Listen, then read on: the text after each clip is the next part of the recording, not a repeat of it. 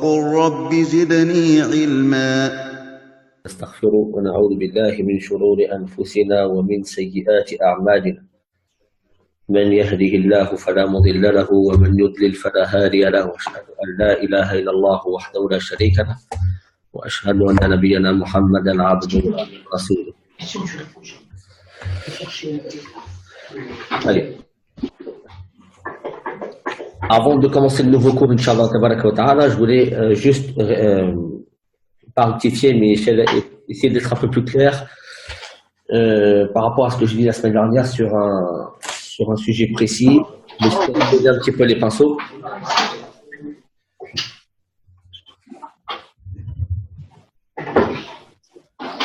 Non, concernant, on avait parlé du takfin, du kafan, c'est-à-dire le fait d'envelopper le mort dans un linceul. Donc on avait expliqué pas mal de choses par rapport à ceci. Et la norme, c'est qu'il est obligatoire d'envelopper le mort dans le linceul, sauf pour celui qui est mort sur le champ de bataille. D'accord?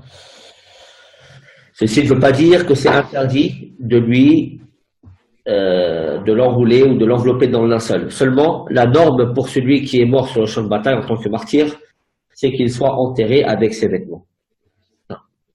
Celui qui veut rajouter, en plus de ceci, des linceuls, comme ce fut le cas de Safiya, qui ramena pour son frère Hamza, Abdel Muttalib, des linceuls, alors le prophète sallallahu alayhi wa sallam accepta ceci et il fut recouvert par 2 linceuls en plus de ses vêtements dans lesquels il a combattu. Voilà, pour ceci soit bien clair, Inch'Allah, tabaraka wa ta'ala. Lorsque nous avons parlé de ceci,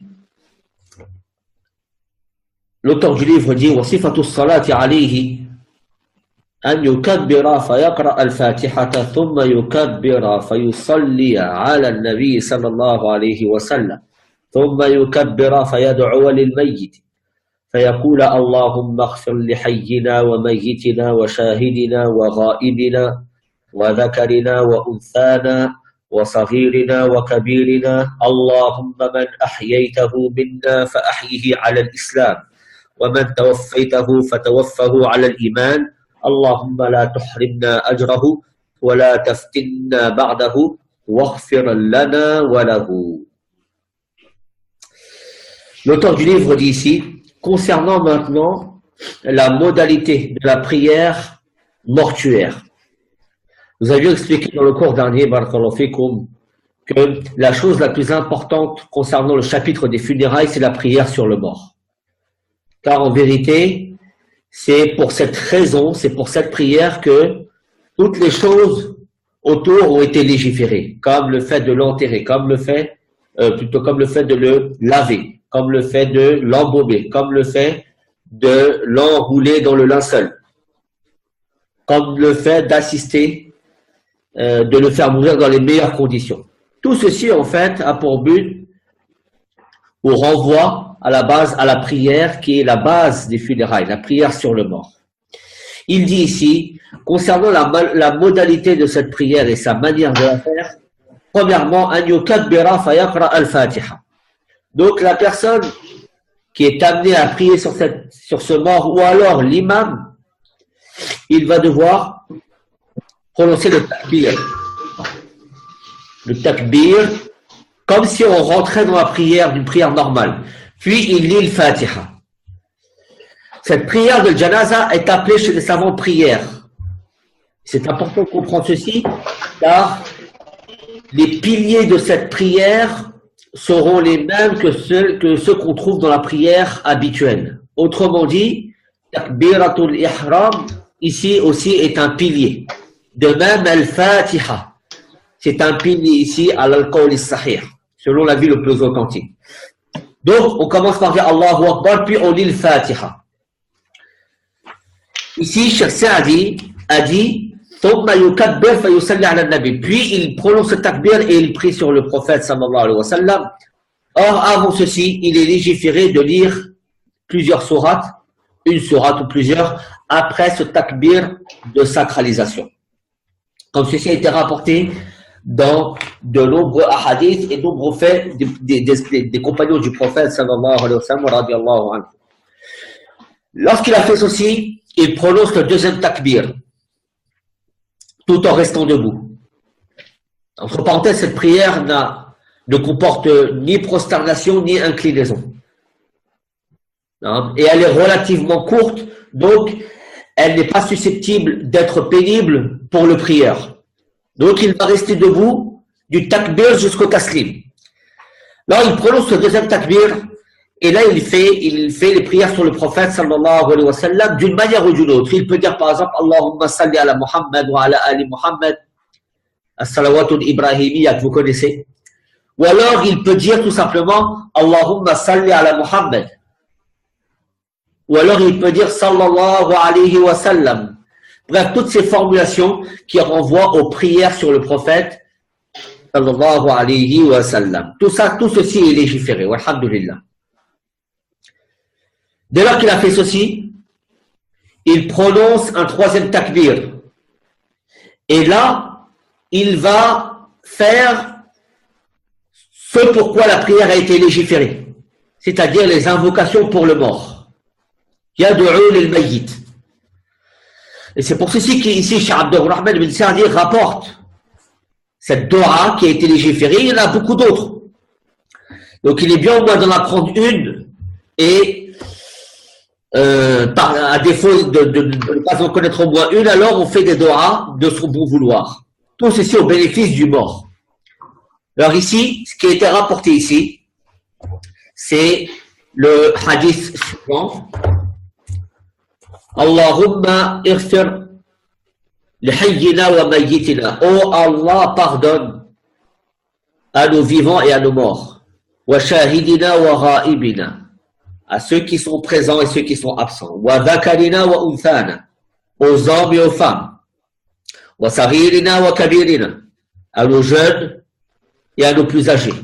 Allahumma man ahyaytahu minna fa ahyihi ala l'islam. Oh Allah, celui que tu laisses en vie, alors fais-le vivre sur l'islam. Wa man tawaffaytahu fa tawaffahu ala l'iman. Et celui que tu fais mourir et à qui tu donnes la mort, alors fais-le mourir sur la foi. Allahumma la tuhrimna ajrahu. Oh Allah, ne nous prive pas de sa récompense. Et je vais venir, Inch'Allah. Qu'est-ce que signifie ceci? Wala taftinna ba'dahu. Et ne nous éprouve pas après lui. Waghfir lana wa lahu. Et pardonne-nous ainsi qu'à lui. Non.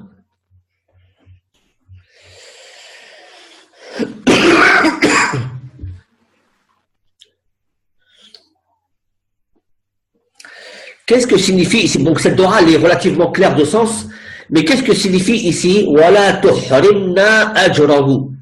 Oh Allah, ne nous prive pas littéralement de sa récompense. Qu'est-ce que ceci signifie? À quoi renvoie cette récompense? Quelle est-elle? Chez les savants, il y a plusieurs explications, mais elles se valent toutes en fait, et elles ne viennent pas se contredire les unes les autres. Premièrement, c'est le fait de dire que la tuhrimna ajrahu, c'est que lorsque l'on a lavé le mort, lorsqu'on l'a préparé, lorsqu'on a suivi son cortège, bien qu'ici on ne l'a pas encore suivi, mais dans le cas où on l'aurait d'abord emmené au cimetière pour prier ensuite sur lui.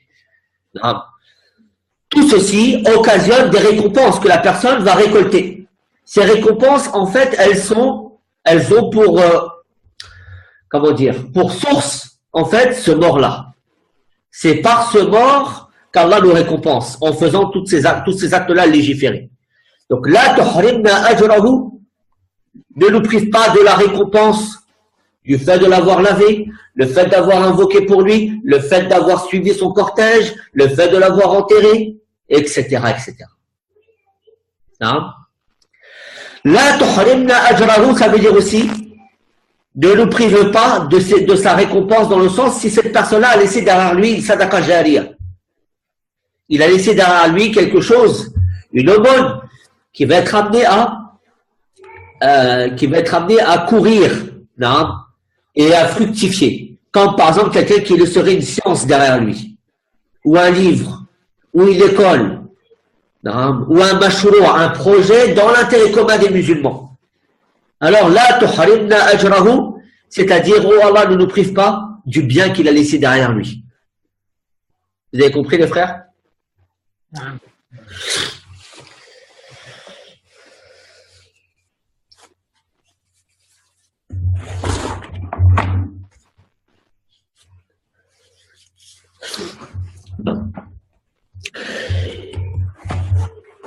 Aussi, parmi les doigts qu'a cité l'auteur du livre, donc je vais les citer ici puisqu'il les a mentionnés, il dit Allahumma ighfir lahu warhamhu wa'afihi wa'fu anhu wa akrim nuzulahu wa wassi' mudkhalahu واغسله بالماء والثلج والبرد ونقه من الذنوب كما ينقى الثوب الأبيض من الدنس.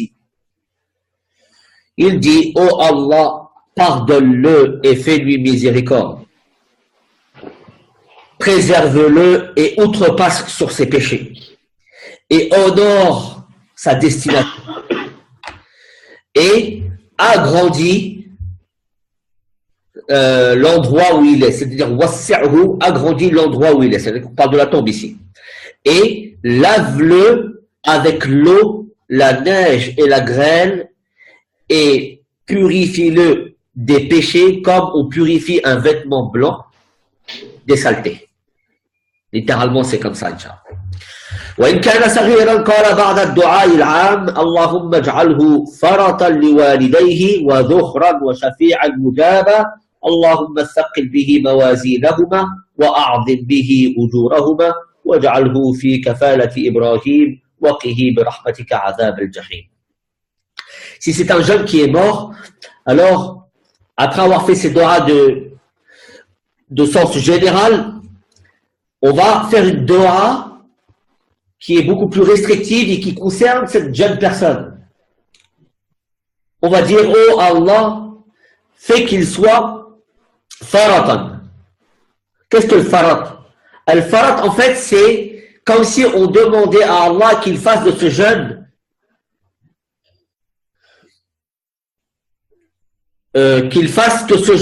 prépare l'au-delà pour ses deux parents. Qu'il soit à leur service et qu'il prépare à ce jeune, qu'il prépare à ses deux parents, une destination honorable. Qu'il soit aussi shafi' al-mujaba, c'est-à-dire qu'il soit intercesseur. Il intercède en leur faveur. Et qu'on demande aussi qu'Allah tabaraka wa ta'ala fasse qu'il rende lourdes les balances des bonnes actions pour ses deux parents. Dans le sens où ils l'ont éduqué convenablement. Et que Allah tabaraka wa ta'ala augmente la récompense des deux parents par cet enfant. Puis on demande que cet enfant soit sous la tutelle d'Ibrahim alayhi salam et qu'il le protège par sa miséricorde du châtiment de l'enfer.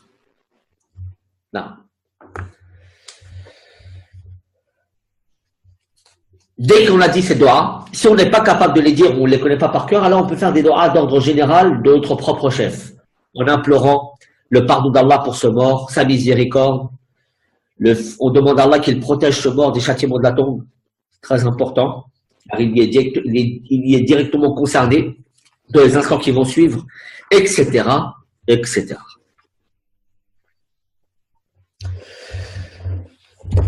Il y a beaucoup de choses qu'il faut dire sur la prière du mort, beaucoup de masaïl qui reviennent, beaucoup de problématiques qui reviennent assez souvent et dont les gens n'ont pas forcément des réponses immédiates.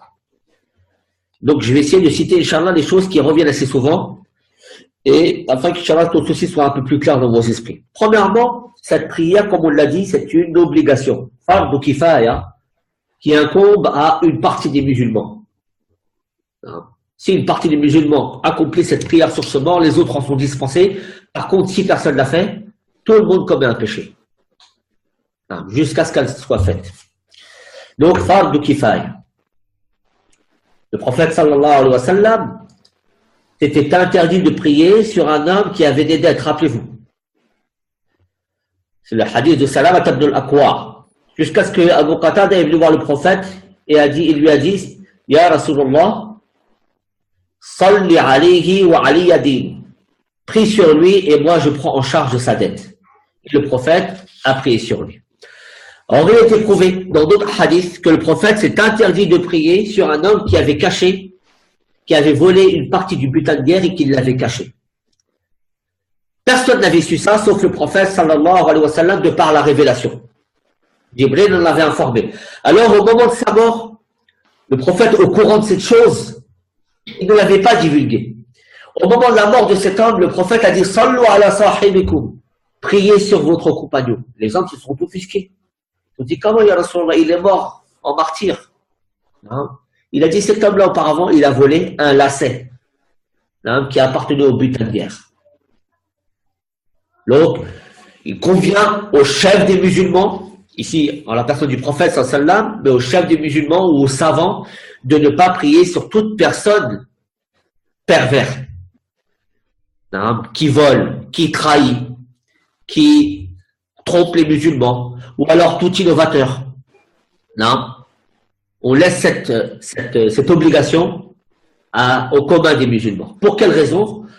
Pour une raison qu'on peut comprendre assez facilement. C'est que si tel savant ou telle personne de rang prie sur lui, alors les gens vont être trompés.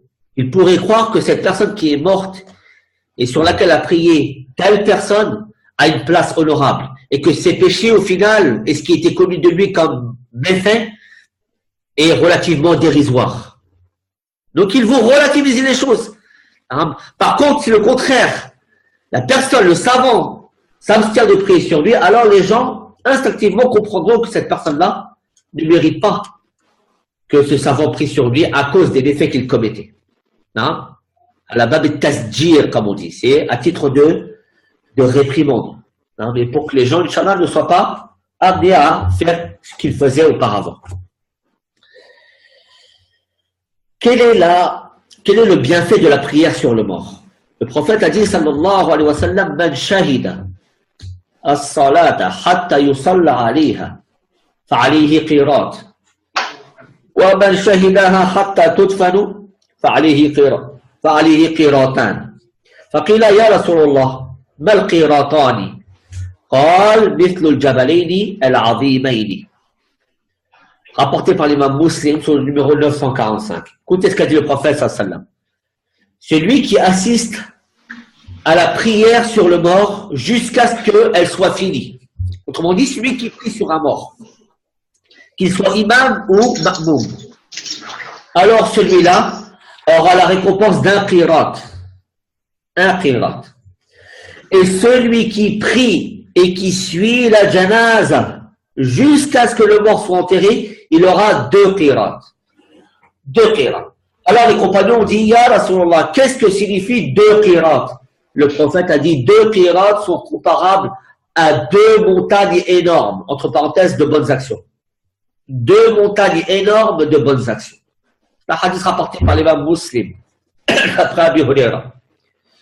Donc, le bienfait et le mérite de prier sur les morts. Lorsque l'on ramène le mort pour qu'on prie sur lui, alors la place de l'imam n'est pas la même, à savoir si c'est une femme qui est morte ou un homme. Si c'est une femme, l'imam va se placer au niveau de sa tête. Donc il va placer le mort entre lui et la qibla en largeur, puis il se positionnera en face de sa tête, en face de la tête du défunt. Puis les gens derrière feront des rangs. On verra qu'il est souvent de faire 3 rangs, c'est tout. Puis les gens derrière feront des rangs et ils prieront comme ça. Si c'est une femme, alors la personne, l'imam, se met au milieu du corps. Quelle est la preuve de ceci? La preuve de ceci, c'est ce qu'a fait Anas ibn Malik, radiyallahu tabaraka wa ta'ala, le sahabi, lorsque Al-Ala ibn Ziyad al-Adawi a dit à ce compagnon, Ya Aba Hamza, Aba Hamza c'est la kunya de Anas ibn Malik, Ya Aba Hamza, هكذا كان رسول الله صلى الله عليه وسلم يقوم حيث كنت ومن المرأة حيث كنت قال نعم فالتفت إلينا العلا فقال احفظوا. C'est un athar qui est authentique. Écoutez ce qu'il a dit. ce tabi'i, Al-Ala ibn Ziyad Al-Adawi, a dit Ya Aba Hamza. Donc il l'a interpellé après que Anas ibn Malik ait prié sur un mort. Il a dit Ya Aba Hamza, est-ce ainsi que l'envoyé d'Allah sallallahu alayhi wa sallam se tenait devant le mort lorsqu'il priait sur lui et devant la défunte lorsqu'il priait sur elle? Et Anas ibn Malik a dit oui, c'est de la sorte. Alors, Al-Ala ibn Ziyad Al-Adawi s'est retourné vers les gens, c'est-à-dire vers les gens qui, dans l'assise de science, et a dit Ihfadou, apprenez ceci, retenez ceci. Autrement dit, on constate ici que Anas ibn Malik a fait quelque chose qui était en corrélation avec ce que faisait le prophète sallallahu alayhi wa sallam. Il se plaçait en face de la tête du mort si c'était un homme, et il se plaçait au milieu du corps si c'était une femme. Non. Comment doivent se placer les rangs derrière? Les rangs derrière se placent, si possible, en 3 rangées. 3 rangs. ثلاثة صفوف بحديث ما من ميت يموت فيصلى عليه 3 صفوف من المسلمين إلا وجبت إلا أوجبت عفوا. Donc le hadith, qu'est-ce qu'il dit? Il dit il n'y a pas un mort qui décède ou qui meurt puis que 3 rangées parmi les musulmans prient sur lui, sans que le pardon, ou alors certains savants ont dit l'intercession, lui soit obligatoire. Non. Ce hadith a été rendu bon par Cheikh al-Albani dans le Sunan de Abi Daoud. Dans certains endroits, il est clair et net que on ne peut pas faire 3 rangs, ou alors tellement il y a de monde, on en fera beaucoup plus. Il n'y a aucun mal à ça, Inch'Allah. Ça, c'est dans la mesure du possible, Inch'Allah.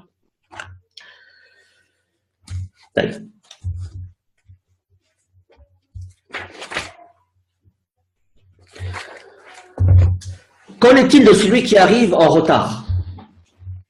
L'imam a déjà commencé à prier sur le mort. La personne rentre dans la mosquée, par exemple, dans le cas où on prie sur lui dans la mosquée, et il a déjà été précédé. On appelle ça al-masbour. Je pense qu'on avait vu ça lorsqu'on avait étudié ce jour de Sahwi. Al-Masbour, c'est celui qui a été précédé par l'imam et les musulmans dans sa prière. Autrement dit, il arrive en retard. Que doit-il faire? Est-ce qu'il rattrape? Est-ce qu'il ne le rattrape pas? Est-ce qu'il complète? Est-ce qu'il ne complète pas? Alors, ici, il y a 3 cas de figure à prendre en compte. Le premier, c'est que s'il arrive à rattraper, c'est-à-dire à terminer cette prière de janaza complètement, avant que le corps ne soit levé, alors qu'il le fasse. Autrement dit, j'arrive au moment où l'imam est arrivé après le 2e takbir, c'est-à-dire qu'il est en train de faire les prières sur le prophète sallallahu alayhi wa sallam. Moi, j'arrive à ce moment-là. Qu'est-ce que je fais? Je rentre, je dis Allahu Akbar, hein? Puis je lis avec l'imam As-Salawatul Ibrahimiyya. Puis l'imam va dire Allahu Akbar, puis il va faire des doigts sur le mort. À ce moment-là aussi, je le suis, je dis Allahu Akbar, je fais des doigts sur le mort. Puis ensuite, l'imam va faire un 4e takbir, et ensuite il fait le taslim mubasharatan, directement après. À ce moment-là, moi, il me reste un takbir à faire, puisque je suis rentré dans le 2e. Alors, à ce moment-là, qu'est-ce que je peux faire? Je fais le dernier takbir et je lis le Fatiha, rapidement. Si je sais que le corps ne sera pas levé avant que j'ai fini, alors je le fais. Si le corps il va être levé directement après la prière, comme c'est souvent le cas, alors dans ce cas-là, je sors. Je sors de la prière, je ne rattrape rien et je pars directement avec al-mushayyi'in, c'est-à-dire avec ceux qui vont suivre le cortège funéraire. Il y a un 3e cas de figure qu'ont émis certains savants, c'est que dès que l'imam s'arrête, il fait le taslim, quand bien même je suis arrivé en retard, j'arrête avec lui. Pour quelle raison? Car ils disent que l'obligatoire, c'est lorsque l'imam prie. Donc tant que l'imam est en prière, la personne qui est derrière lui est obligée de prier. Dès lors qu'il est sorti de sa prière, alors on passe dans une nafila. Et la nafila, on peut la couper. On peut sortir d'une nafila. Donc ils expliquent qu'ici, il n'y a pas de qada, la yaqdi. À la kulli hal, ces trois cas de figure ont été cités par Cheikh Al-Uthaymin dans Sharh al-Mumti'. Bien qu'on privilégie le premier dans le sens où il dit si on peut finir assez rapidement afin de pouvoir assister à la levée du mort, alors dans ce cas-là, on le fait. Autre mas'ala. La prière sur ce qu'on appelle al-ghaib. C'est-à-dire la prière de l'absent, sur l'absent. Qu'est-ce que signifie ceci? Si une personne, un musulman, meurt dans une contrée, de telle sorte que son corps n'est pas présent dans l'endroit où on est. Il est mort dans, par exemple, je ne sais pas, on est en France, il est mort en Australie, il est mort en Antarctique, voilà. Vous savez qu'en Antarctique, normalement, il n'y a pas de musulmans, voilà. Il est mort en Antarctique. On a eu vent de son décès. Alors, dès lors qu'on a appris la mort, qu'est-ce qu'il faut faire? Il faut s'assurer de prier sur lui, car, comme on l'a dit, as-salatu ala al-mayyit wajibah. La prière sur le mort est obligatoire. Si personne n'a prié sur lui, alors il va falloir prier sur lui.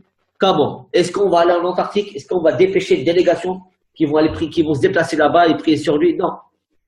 On va faire ce qu'on appelle salatul ghaib. Lorsque Najashi,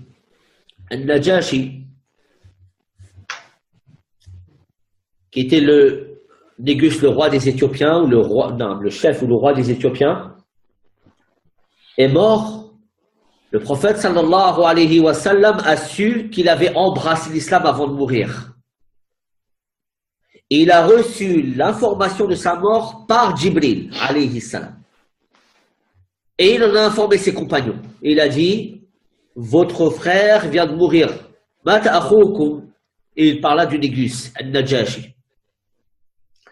Alors, qu'a fait le prophète sallallahu alayhi wa sallam? Il est sorti avec ses compagnons dans la Moussalla, c'est-à-dire dans l'endroit à l'extérieur réservé à cet effet, de prier sur les morts. Et il a prié sur lui. D'où ici la divergence qu'il y a chez les savants. Les savants ont divergé. Ils ont dit, est-ce que cette prière est une des particularités du prophète sallallahu alayhi wa sallam et un acte qui est restrictif au prophète, pour le Najashi, ou alors c'est un acte qu'a fait le prophète sallallahu alayhi wa sallam et qui a une portée générale et qui concerne tous les musulmans qui seront dans cette situation. Al-Ahnaf ou Al-Malikiyya. Al-Ahnaf, c'est ceux qui suivent le madhab de l'imam Abi Hanifa. Ou Al-Malikiyya, ceux qui suivent le madhab de l'imam Malik, considèrent que la prière qu'a faite le prophète sallallahu alayhi wa sallam sur le Najashi est une particularité. هذه من خصوصيات النبي صلى الله عليه وسلم. Ça se traduit comment? Qu'il n'est pas permis de prier sur l'absent. C'est un acte isolé du prophète sallallahu alayhi wa sallam. Ça, c'est l'avis des Ahnaf ou al-Maliki. Al-Shafi'iyyah ou al-Hanabila, donc les deux autres madhab répondus, considèrent que c'est un statut général qui n'est pas restrictif au prophète sallallahu alayhi wa sallam, de telle sorte que la prière sur l'absent est légiférée. Seulement, ceux qui disent que c'est légiféré, ils divergent, eux entre eux. Ils disent sur qui on l'a fait, quel type d'absent mérite qu'on prie sur lui, ou plutôt quel type d'absent doit-on prier sur lui? Est-ce de manière absolue?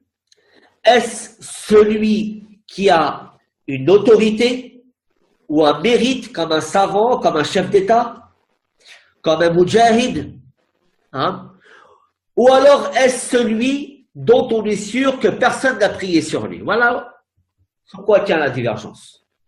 La plupart des Hanabila ou Shafi'iyya considèrent que la prière sur l'absent est permise mutlaqan, de manière absolue, sans considérer le fait qu'il soit riche ou pas riche, que ça soit quelqu'un de science ou un ignorant, que ça soit un chef d'État ou alors un administré, peu importe. Vous voulez prier sur lui ou non, peu importe, il ne faut pas de détails. C'est permis. Celui qui veut le faire, il le fait. Autrement dit, une personne est morte en France, elle a été enterrée en France. Si des gens de sa famille sont en Tunisie ou en Algérie, par exemple, alors il prie sur lui. Quand bien même il est mort en France et enterré en France. Hein? En considérant que ces gens-là voient l'autorisation de le faire. Le deuxième avis, c'est l'avis de l'imam Abdurrahman bin Sa'di, l'auteur du livre, et c'est aussi l'avis de l'Ajna, le comité des savants, le comité permanent de la fatwa, l'Ajna Da'ima. Il considère que on ne prie seulement sur celui, bien sûr, dont le corps est absent, n'est pas présent, mais qui a une certaine place. Lahu manfa'atun lil muslimin. Il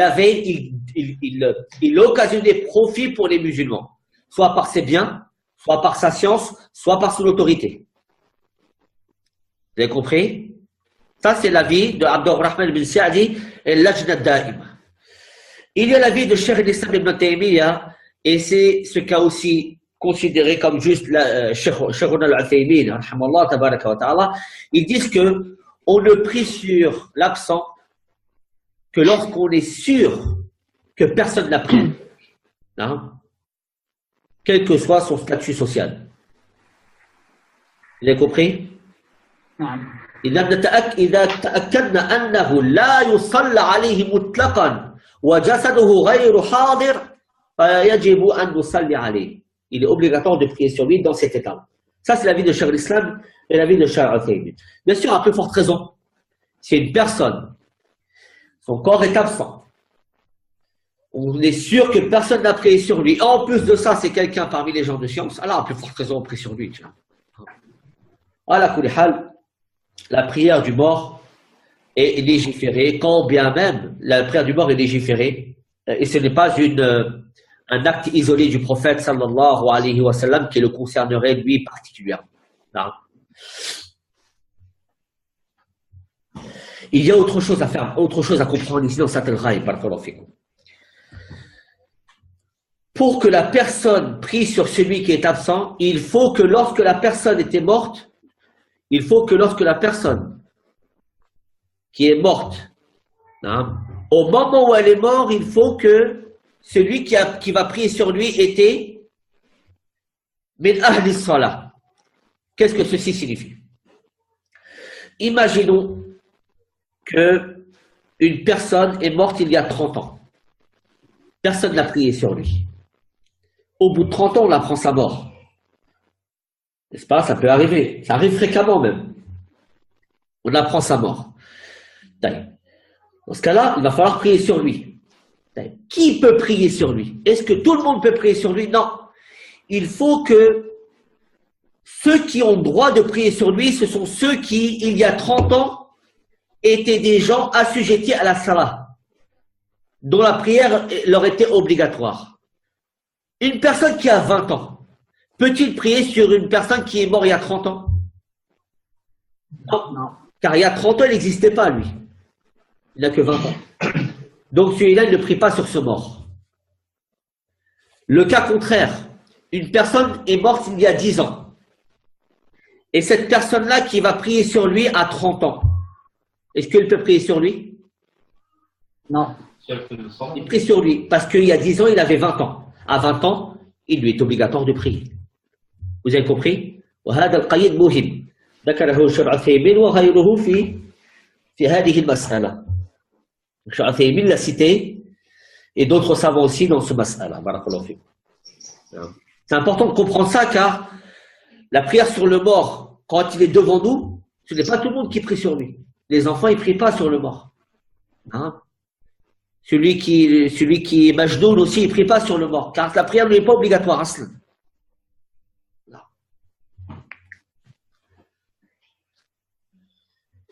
Autre mas'ala. Si on trouve un mort, vous allez me dire aujourd'hui le cours il est macabre un petit peu. Si on trouve un mort en partie, on trouve des parties d'un mort. On trouve son bras à droite, sa tête à gauche, son tronc de l'autre côté. Ça peut arriver. Hein. Surtout à notre époque avec les armes de destruction massive. Il faut une boucherie. Ça peut, ce sont des cas qui peuvent arriver. Alors, comment on doit prier sur lui? Est-ce qu'on prie sur un membre? Est-ce qu'on prie sur... Les savants se sont posés ces questions-là dès les premiers temps. Alors ici, il va falloir envisager plusieurs cas. Le premier cas, si on trouve la majeure partie du corps, quand bien même il a des membres coupés, mais la majeure partie du corps est présente, alors on priera, on préparera cette partie, on l'embaumera, on le lavera, on l'embaumera, on le mettra dans son linceul et on priera sur cette partie-là. Hein, mes frères? Ça, c'est dans le cas où la majeure partie du corps est présente. Dans le cas où on trouve un membre, par exemple le bras, on trouve un membre, ou la tête. Ça, c'est pour les coupeurs de tête. Vous savez qu'en Afrique, centrale, en Centrafrique, les gens coupent les têtes des musulmans. J'ai vu des vidéos atroces à ce sujet. Allah al-Musta'an. De sang-froid, à la vachette. Si on trouve un musulman dont la tête a été coupée, alors il va falloir considérer deux choses. Est-ce qu'on a prié sur son corps ou non? Si on a prié sur son corps, alors on ne prie pas sur sa tête. C'est-à-dire la tête, on va la faire disparaître. Car on a déjà prié sur la majeure partie du corps, comme j'ai expliqué. Par contre, si on n'a pas prié sur le corps pour X raisons, il n'a pas été retrouvé par exemple, alors qu'est-ce qu'on fera? On considérera que la tête fait partie du corps de ce mort. Regardez un petit peu, comment l'islam respecte le musulman, qu'il soit mort ou vivant. Les droits du mort sont tout aussi importants que les droits du vivant. Donc, dans le cas où on ne retrouverait pas son corps, alors on priera sur ce membre-là. Le bras, la tête, le pied, la jambe ou autre. Ça, c'est la matérialité.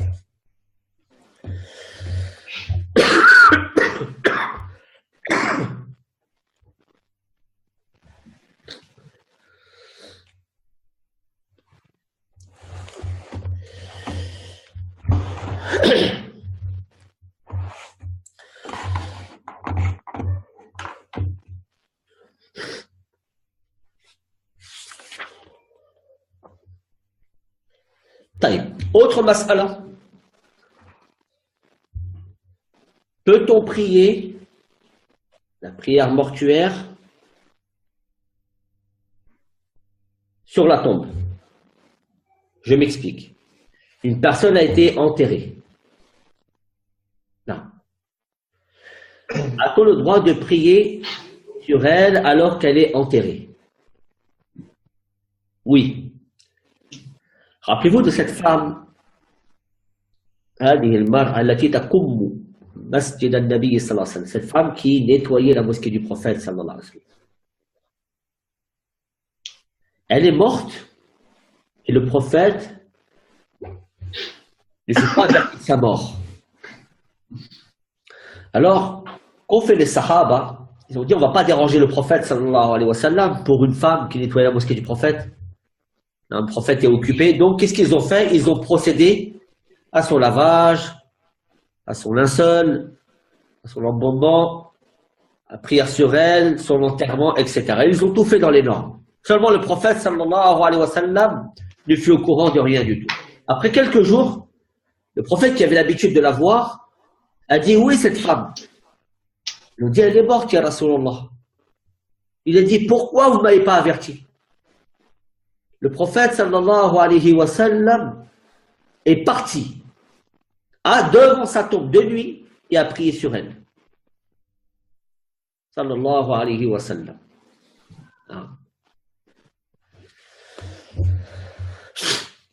Ceci nous montre que le prophète attachait de l'importance à des choses qui en avaient.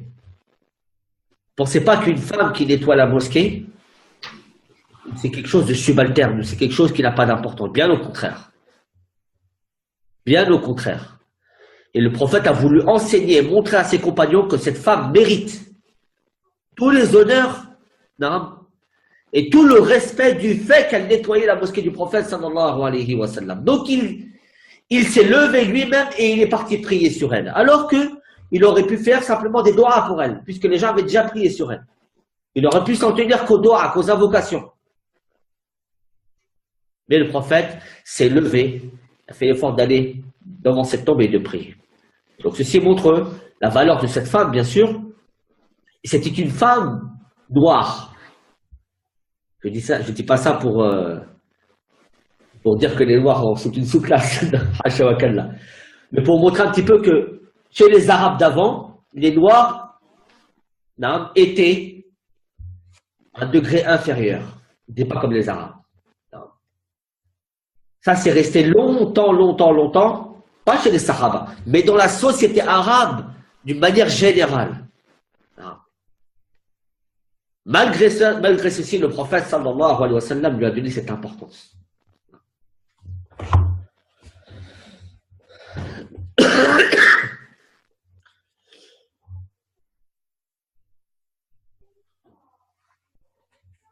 Qu'est-ce que je voulais vous dire aussi?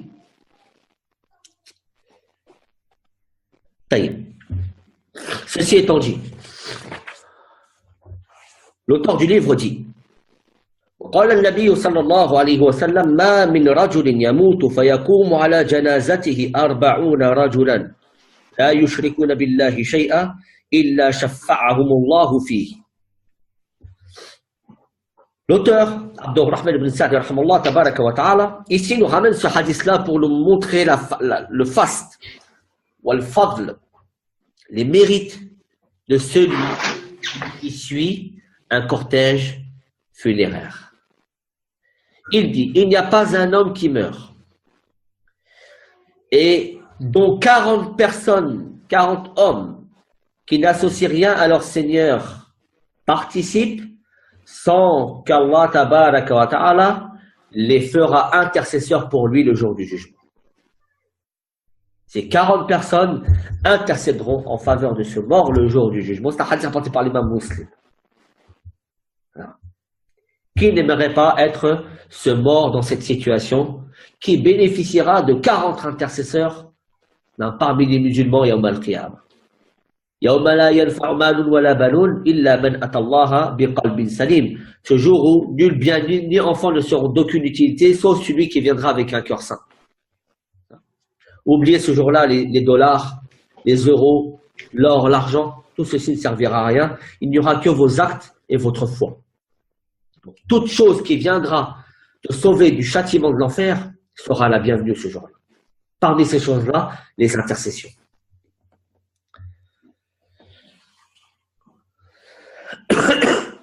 Puis il y a le hadith que je vous ai cité tout à l'heure. Man shahida janazatan hatta yusalla alayha falahu qirat. Celui qui prie sur un mort, il aura une qirat. Et celui qui participe, qui prie sur lui, qui participe jusqu'à ce qu'il soit enterré, c'est-à-dire qu'il suit le cortège funéraire, celui-là aura 2 qirat. 2 montagnes énormes de hasanat.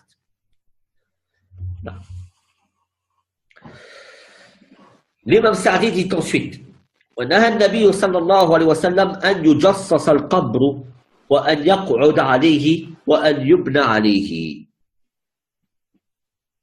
Le prophète a dit sallallahu alayhi wa sallam, ou plutôt le prophète a interdit qu'on plâtre la tombe, ou qu'on s'assoie dessus, ou bien qu'on construise dessus.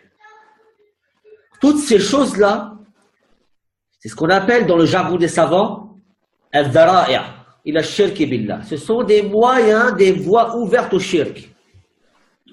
N'imaginez pas un seul instant que ceux qui ont, dans la communauté du prophète sallallahu alayhi wa sallam, que ceux qui ont ramené le shirk et qui pratiquent le shirk sous couvert de l'islam, n'imaginez pas un seul instant qu'ils sont venus faire du shirk du jour au lendemain comme ça.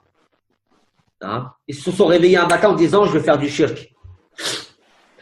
Ceci est venu petit à petit.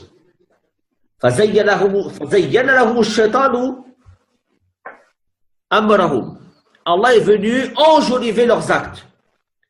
Parmi les choses qui mènent au shirk, c'est le fait de s'asseoir sur les tombes, d'y rester, de méditer, ou alors de construire sur les tombes, comme ceci est fréquent, ce genre de mausolée qu'on construit sur les tombes. Et qui donne en fait aux yeux du commun des musulmans, qui donne en fait une espèce de valeur à ce mort jusqu'à ce qu'on l'invoque en dehors d'Allah tabaraka wa ta'ala. De même, at-tajussis, c'est-à-dire le fait de plâtrer la tombe, en fait c'est comme si le prophète nous disait le fait de l'ennoblir et de l'enjoliver. Tout ceci est interdit, barakallahu fikum. Regardez comment sont les tombes des compagnons dans le Baqir. Baqir, le cimetière qui est à Médine. Non. Jamais tu ne reconnaîtras la tombe de par exemple de Aïcha, de celle de Fatima. Non. Sauf ce que font les chiites, quand ils mettent des choses. Jamais tu ne verras la tombe d'Abdullah ibn Abbas, bien qu'il n'est pas enterré là-bas, il est enterré à Mecca. Mais d'un compagnon qui a été enterré à Médine, d'un autre compagnon. Kulluhum ala haddin sawa. Tous sont sur le même piédestal. Alors certains vont nous dire, mais pourquoi le prophète sallallahu alayhi wa sallam, sur sa tombe, il y a des murs, il y a ceci, il y a cela. Le prophète sallallahu alayhi wa sallam est enterré dans la terre. Ça, c'est déjà un. Car lorsqu'il est mort, qu'est-ce qu'ils ont fait? Il est mort sur son lit de mort, sallallahu alayhi wa sallam, sur sa couche. Qu'est-ce qu'ils ont fait? Ils ont creusé la tombe à cet endroit-là. Car les compagnons ont divergé. On dit, qu'est-ce qu'on va faire du prophète? Où on va l'enterrer? Certains ont dit, on va l'enterrer à Mecca, dans la ville où il est né. D'autres, ils ont dit, non, on va l'enterrer à Médine, car c'est la ville où il a immigré. D'autres, ils ont dit ceci, d'autres, ils ont dit cela. Jusqu'à ce que Abu Bakr est venu trancher. Il a dit, j'ai entendu le voyer d'Allah dire, le prophète est enterré dans l'endroit où il est mort. Ceci a mis fin à toutes les polémiques et les discussions. Donc, ils ont creusé à l'endroit où il est mort. Donc, le prophète est bien dans la terre. Seulement, cet endroit où il est mort, le prophète, sallallahu alayhi wa sallam, c'est aussi dans l'appartement de Aïcha.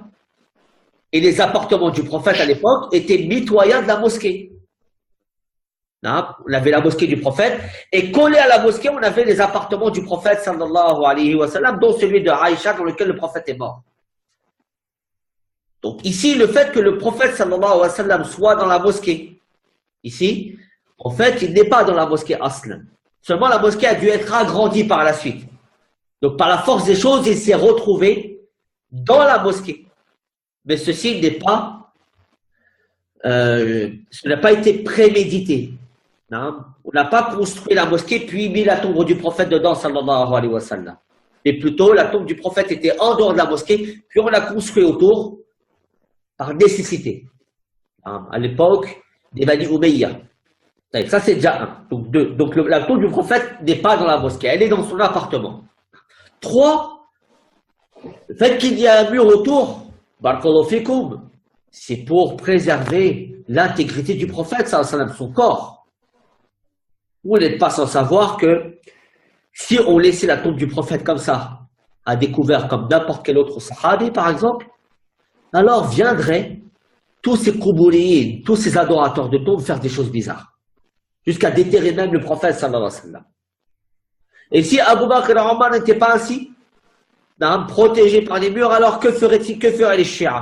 Comme ceci est clairement stipulé dans leur livre, que si les chiites avaient le contrôle des lieux saints, alors la première chose qu'ils feraient, ce serait de déterrer Abu Bakr et Omar, puis de prendre leur corps, de couper leur tête et de les mettre sur des pieux à Médine. Voilà ce que feraient les chiites. C'est un rêve qu'ils ont. Alhamdulillah qu'il y a des murs autour. Donc ce sont des cas exceptionnels, barakallahu fikum. Mis à part ceci, on ne construit pas sur une tombe, ni on s'assoit sur une tombe pour méditer sur le mort, etc. Et bien sûr, on n'enjolive pas la tombe, on ne l'orne pas, on n'écrit pas dessus. Malheureusement, maintenant, c'est une norme. Mais à la base, on n'écrit pas de nom sur les tombes. Lorsque tu rentres dans le cimetière, tu ne fais pas de différence entre un tel et un tel. D'ailleurs, toutes les doigts qui vont dans ce sens-là, où le prophète rentre dans le cimetière, lorsqu'il disait, il s'adressait à tous les musulmans. La yu'ayyid, sallallahu alayhi wa sallam, wa lam yuhaddid.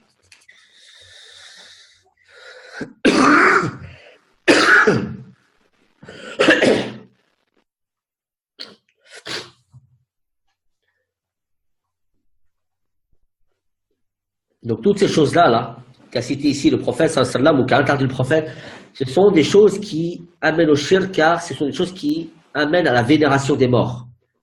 Et quand tu vénères un mort, tu vas tomber inexorablement dans le shirk billah. Tu vas demander l'intercession, ou alors tu vas demander al-qurba par son intermédiaire, ou alors tu vas l'invoquer directement. Tout ceci sont les formes du shirk akbar.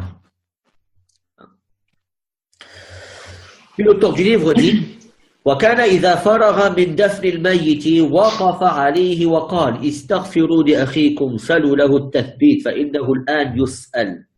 Puis lorsque vous avez fini de l'enterrer et d'enterrer le mort, alors, ou plutôt le prophète sallallahu, lorsqu'il avait fini d'enterrer le mort, se tenait debout et disait invoquez le pardon d'Allah pour votre frère, invoquez le pardon d'Allah pour votre frère et implorez Allah qu'il le raffermisse car il est questionné en ce moment. Car il est questionné en ce moment. Bien sûr, vous n'êtes pas sans savoir que la personne, lorsqu'elle rentre dans la tombe mécréant d'ailleurs, dès lors qu'il était enterré et que la terre a été rabattue sur lui, alors deux anges apparaissent, s'appellent Munkarun wa Nakirun, deux anges effrayants.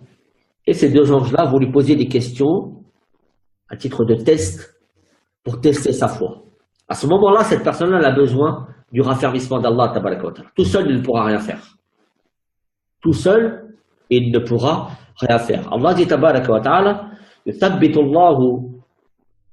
يثبت الله بالقول الثابت في الحياة الدنيا يثبت الله الذين آمنوا بالقول الثابت في الحياة الدنيا وفي الآخرة ويضل الله الظالمين ويفعل الله ما يشاء. Allah raffermit les croyants par cette parole de raffermissement بالقول الثابت في الحياة الدنيا, dans cette vie-là et dans l'au-delà. Cette parole-là, c'est la ilaha illallah. Donc on voit bien ici que Allah tabaraka wa ta'ala, il te raffermit dans ta religion, bien sûr après avoir fait les causes, dans cette vie d'ici-là, mais tu as aussi besoin du raffermissement d'Allah dans l'au-delà. Dans l'au-delà ici, comme c'est cité dans le verset coranique, c'est la tombe. Car tu es questionné dans la tombe. Après la résurrection, la personne n'a pas besoin de raffermissement. Pourquoi? Car la vérité lui est apparue maintenant. Maintenant, on lui pose peu de questions lorsqu'il est ressuscité. On va faire les comptes. N'est-ce pas?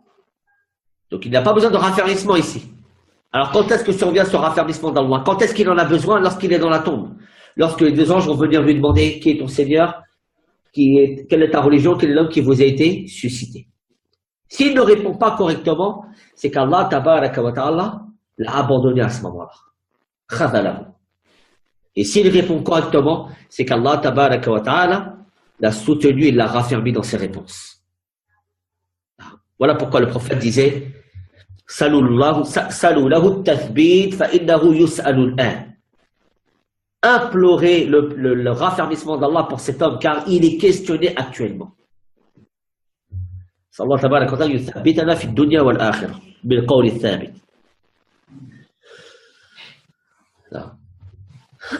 Concernant cette tombe, Yakhwatil Karam, concernant la tombe, il y a deux types de tombes, deux moyens de creuser la tombe. Al-lahdu wa shaqqu.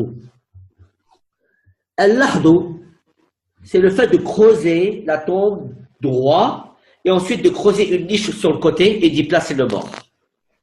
En général, lorsque la terre est relativement dure, rocailleuse par exemple, de telle sorte que lorsqu'on va creuser cette niche sur le côté, la terre ne risque pas de s'effondrer, alors il est préférable de creuser de cette façon, l'art. Comment on creuse cette tombe? En fait, on creuse la tombe, on met toute la largeur de la tombe fait face à la Qibla. Toute la largeur de la tombe fait face à la Qibla. Ensuite, on creuse droit, profondément, assez profondément, et ça, ceci est la sunna. Et ensuite, lorsqu'on arrive assez profond, on va creuser en direction de la Qibla une niche dans laquelle on mettra le mort. Et le mort, on le placera face à la Qibla. C'est-à-dire qu'on le mettra sur le côté droit, et il fera face à la Qibla. N'est-ce pas? Taïb. Pourquoi on creuse assez profondément? Pour la simple et bonne raison que des bêtes peuvent venir déterrer le corps. Des fauves, par exemple. Si on creuse la tombe à 50 cm seulement, en dessous du niveau du sol, alors, premièrement, les fauves peuvent sentir l'odeur du mort et le déterrer. Deuxièmement, aussi, des odeurs mauvaises peuvent remonter assez facilement. Pour toutes ces raisons-là et pour d'autres raisons, on creuse profondément, barakallahu fikum, lisiyanati hada al-jasad, afin de préserver ce corps. Ça, c'est le lahd. Al-shaqqu, c'est une autre manière de creuser. C'est le fait de creuser tout droit. Et ensuite, lorsqu'on arrive au fond assez profondément, alors on va creuser une niche dans le fond. Non pas sur le côté comme le lahd, mais dans le fond, et on y posera le mort. En prenant soin, avant de poser le mort, de consolider les côtés de cette deuxième fosse avec des briques lourdes. Quand est-ce que l'on utilise le shaq? On utilise le shaqu lorsque le terrain est sablonneux. Hein? Ou alors il est propice à l'effondrement. Dans ce cas-là, il est préférable d'utiliser le shaqu. Hein, mais quoi? Il y a une certaine largesse dans ceci, et les deux font partie de la sunna. Après avoir enterré ce mort, l'auteur du livre dit il est conseillé d'adresser les condoléances à la famille du défunt, aux proches du défunt, à ceux qui ont été touchés de près ou de loin par sa mort. Qu'est-ce que le ta'ziya? Le ta'ziya en arabe, c'est ce qu'on appelle le tasliya, c'est le soulagement. On vient soulager la personne. Hein? Comment? Par exemple, comme ceci a été rapporté dans la Sunna, le prophète a dit, sallallahu alayhi wa sallam, lorsqu'il faisait ses condoléances aux proches du défunt, il disait, Inna lillahi ma akhad, wa lahu ma akhta, wa lahu ma a'ta, wa li kulli ajalin musamma, fal tasbir wal tahtasib. Il a dit, à Allah appartient ce qu'il a repris, c'est-à-dire cette personne. Et à Allah appartient ce qu'il donne ou ce qu'il t'a donné. Et chaque chose a un terme fixé. Il te convient donc de patienter et d'escouter la récompense d'Allah. Hein? On peut aussi adresser d'autres formes de condoléances, hein, beaucoup plus simples, que les gens qui sont plus parlantes pour les gens, par exemple en leur disant Inch'Allah, tu reverras ton père, ta mère, ton enfant au paradis. Inch'Allah, il est mort sur le bien. C'est une bonne annonce, etc. On essaie de réconforter du mieux que l'on peut les défunts, les proches du défunt.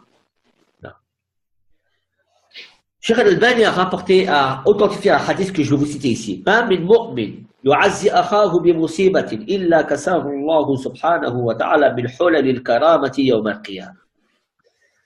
Rapporté par Ibn Majah, authentifié par Cheikh Al-Albani. Il n'y a pas un croyant qui adresse ses condoléances à son frère qui a été touché par la mort de quelqu'un, sans qu'Allah tabaraka wa ta'ala le vêtisse le jour du jugement par les habits de l'honneur. Hulal al-karam, par les habits, les vêtements de l'honneur. Autrement dit, Allah tabaraka wa ta'ala agira avec toi comme tu agis envers tes frères. C'est une règle générale, barakallahu fikum. Elle n'est pas seulement restrictive à ceci, mais d'une manière générale, Allah agit avec toi et envers toi de la même manière que toi tu agis envers tes frères. Comme le prophète a dit, sallallahu alayhi wa sallam, dans le hadith d'Abi Hurayra, que lui qui soulage son frère d'une angoisse dans cette vie-là, Allah le soulagera d'une angoisse dans cette vie-là et des angoisses de l'au-delà. Celui qui facilite à quelqu'un qui est dans la difficulté, Allah lui facilitera le jour du jugement, etc., etc. Inna Allah في عون العبد ما دام العبد في عون أخيه. Certes, Allah sera au secours de son serviteur tant que ce dernier sera au secours de son frère. Toi, tu viens soulager une peine par la mort de cette personne. Tu viens soulager la peine de ton frère. Sache qu'Allah, tabarak wa ta'ala, te le rendra. Sûr et certain. D'une manière ou d'une autre.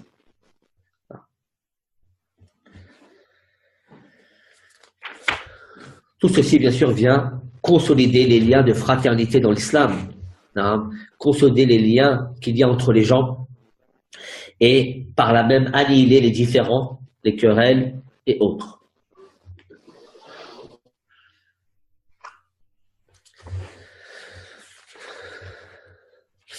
Il dit ensuite وَبَكَى النَّبِيُّ صلى الله عليه وسلم وقال إنها رحمة مع أنه لعن النائحة والمستمعة. Le prophète sallallahu alayhi wa sallam a pleuré, bien qu'il ait dit c'est une miséricorde.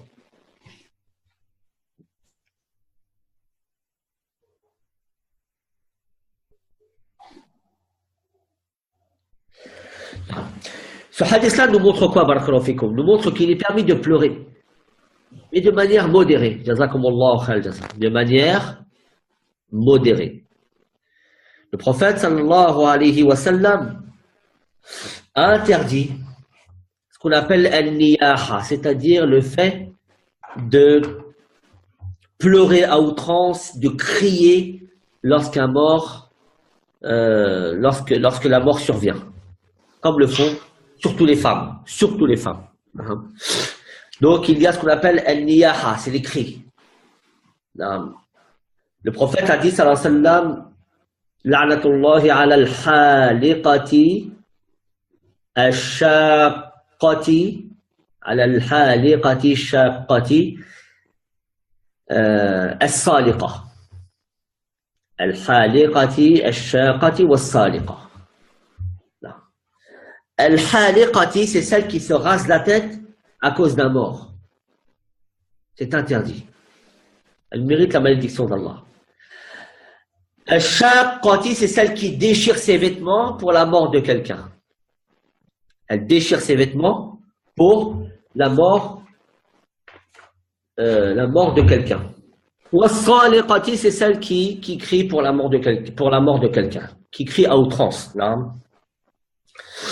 Or, le fait de pleurer, ceci est permis. D'ailleurs, le prophète sallallahu alayhi wa sallam, lorsque sa mère est morte dans la mécréance, le prophète est parti des années après le pacte de l'Hudaybiyah, est parti sur sa tombe. Il est resté longtemps et il a pleuré. Sallallahu alayhi wa sallam. Et lorsqu'on lui a posé la question, il a dit, c'est de la miséricorde. Innaha rahma, c'est de la miséricorde.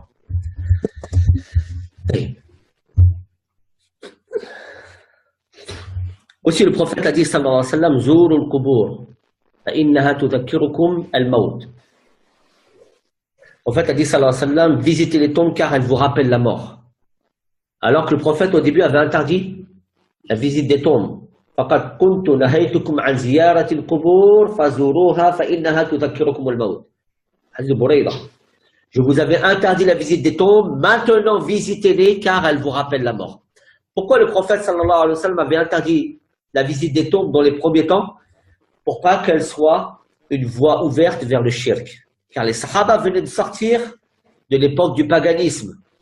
Certains avaient encore en eux des réflexes, on va dire, du paganisme et du shirk, qui était leur religion précédente.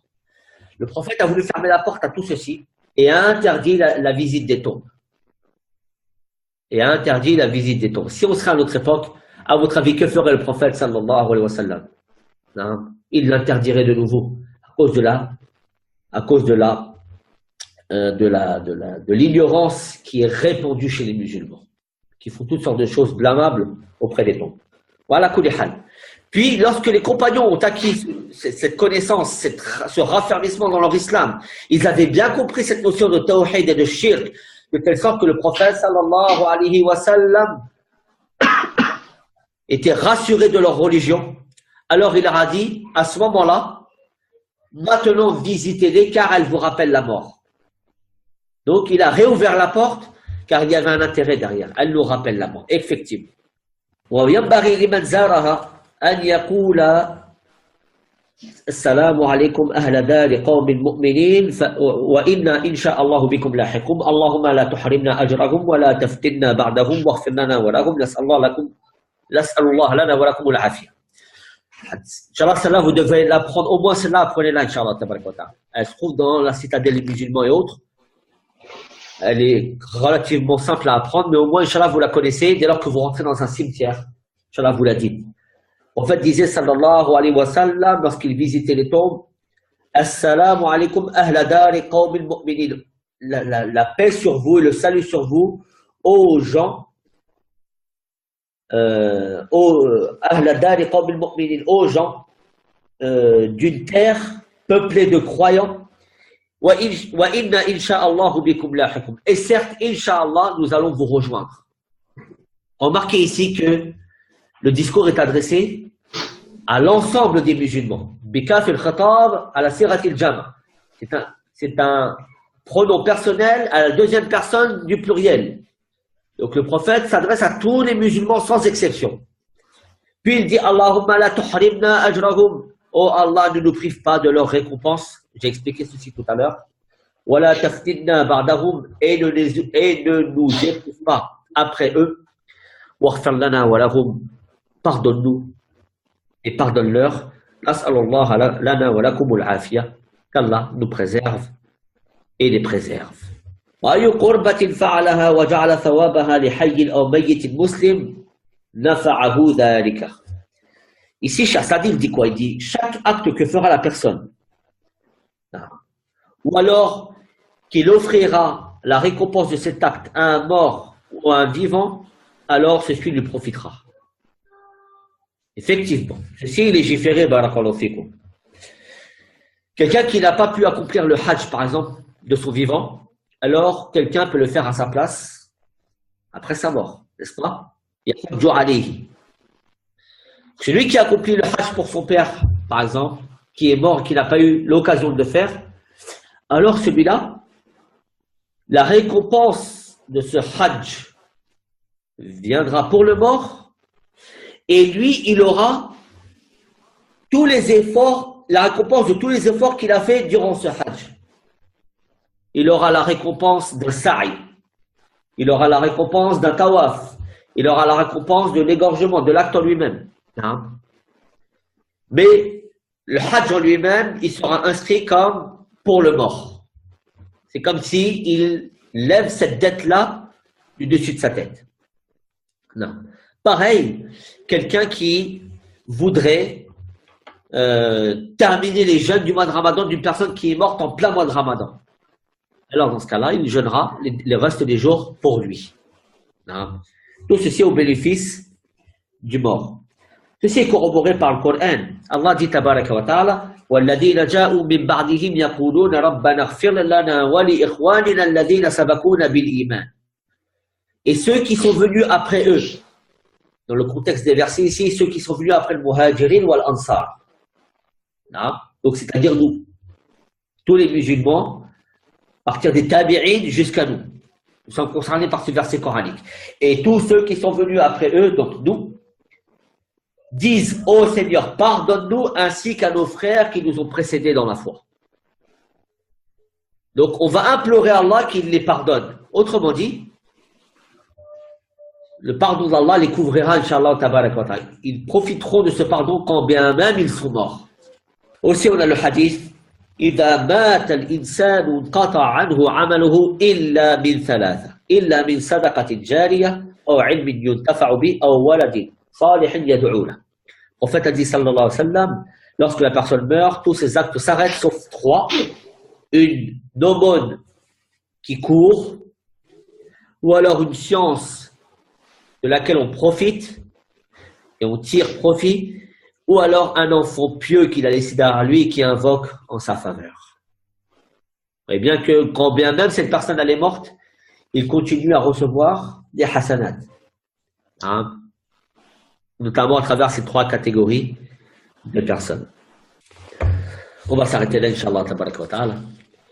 ونسأل الله تبارك وتعالى أن يهدينا ويهدي بنا وجعلنا سببا لمن اهتدى، ونسأله تبارك وتعالى أن يبصرنا في أمور ديننا ودنيانا، وأن يزيدنا علما نافعا ورزقا طيبا وعملا متقبلا. وقل رب زدني علما.